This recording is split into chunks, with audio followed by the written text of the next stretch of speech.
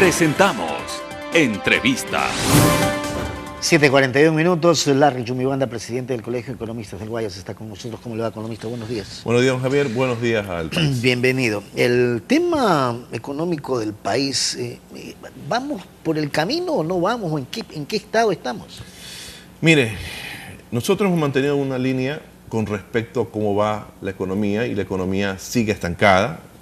Yo creo que, por ejemplo, en los actuales momentos, la coyuntura con el Fondo Monetario Internacional es clave.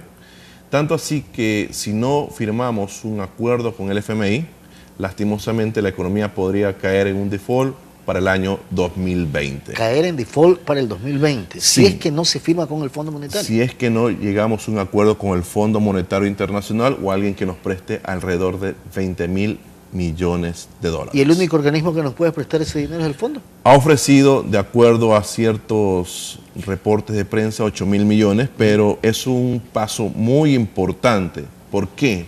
Porque la economía, aparte de enfrentar problemas internos que todo el mundo lo conoce, hay temas externos que de una u otra forma deberíamos preocupar. Por ejemplo, son 4 nubes que el Fondo Monetario Internacional está diciéndole a todo el mundo con respecto a lo que va a pasar con la economía. La economía se va a desacelerar producto de la guerra comercial entre Ecuador y China. China está comenzándose a desacelerar. Entre Estados Unidos y China. Ha subido las tasas de interés y aparte el dólar se comienza a apreciar. Entonces todo este panorama internacional va a golpear directamente a la economía ecuatoriana a través de las exportaciones.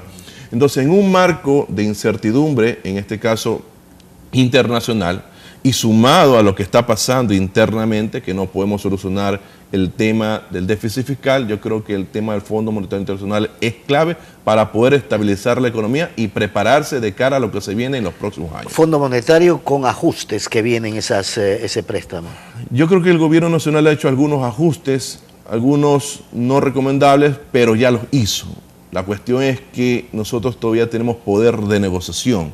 Según el viceministro de Hidrocarburos, dice que en el suelo y en el subsuelo hay aproximadamente 41.000 millones de barriles de petróleo, según el viceministro de Hidrocarburos. Pero dice que había un proceso de recuperación de apenas el 30%. O sea, que todavía en el subsuelo tenemos garantizado algún peso importante para cualquier negociación con cualquier acreedor. Por eso que nosotros hemos creído que, por ejemplo, en los actuales momentos, si bien es cierto el déficit fiscal tiene que ser reducido, pero el gobierno puede seguir haciendo ajustes, mejorando la recaudación tributaria, sin subir impuestos y recortar gasto público sin recortar los gastos de inversión. Y me refiero al tema de los gastos públicos, específicamente con las empresas públicas.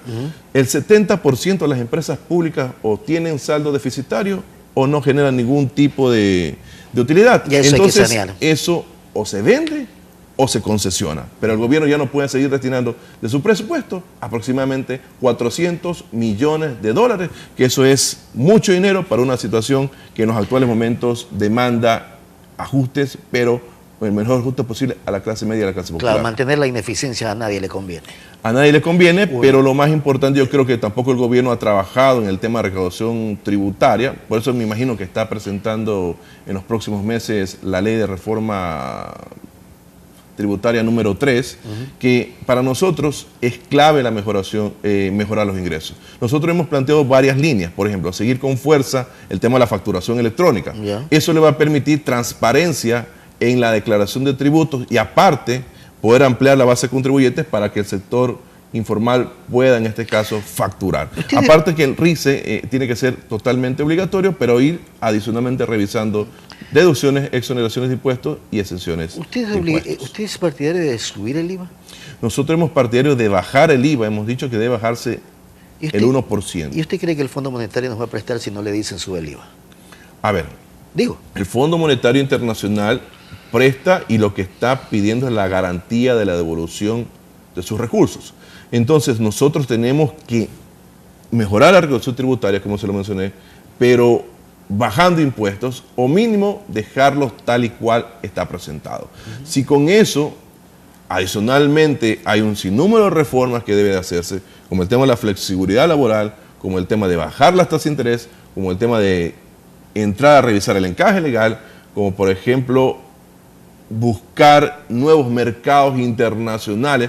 Eso sí ya depende muchísimo de la gestión del ministro Campana, obviamente vamos a tener recursos, obviamente va a mejorar el recurso tributario. Y de hecho, el recurso tributario ha ido creciendo paulatinamente, pero el tema de los gastos, lastimosamente, no lo hemos podido ajustar de manera drástica, ¿no? Que se ajuste el Estado, ¿no? Yo creo que el Estado debe de ajustarse. Pero lo importante es que, por ejemplo, el Fondo Monetario Internacional, si es que llegamos a un acuerdo que nos presten 20 mil millones de dólares, yo creo que los gastos financieros por un canje de deuda cara por deuda barata, siquiera nos va a permitir ahorrar en intereses de deuda, obviamente alargando los plazos 15, 20 años con años de gracia adicional, siquiera nos va a poder disminuir aproximadamente entre 500 a 800 millones más, fuera de lo que tenemos que ajustar con el tema de las compras públicas. Economista, agradecerle por haber estado con nosotros esta mañana. Gracias a usted. Gracias a Larry Yumi Banda, presidente del Colegio de Economistas del Guaya. Son 7:47, una pausa y regresamos con más noticias.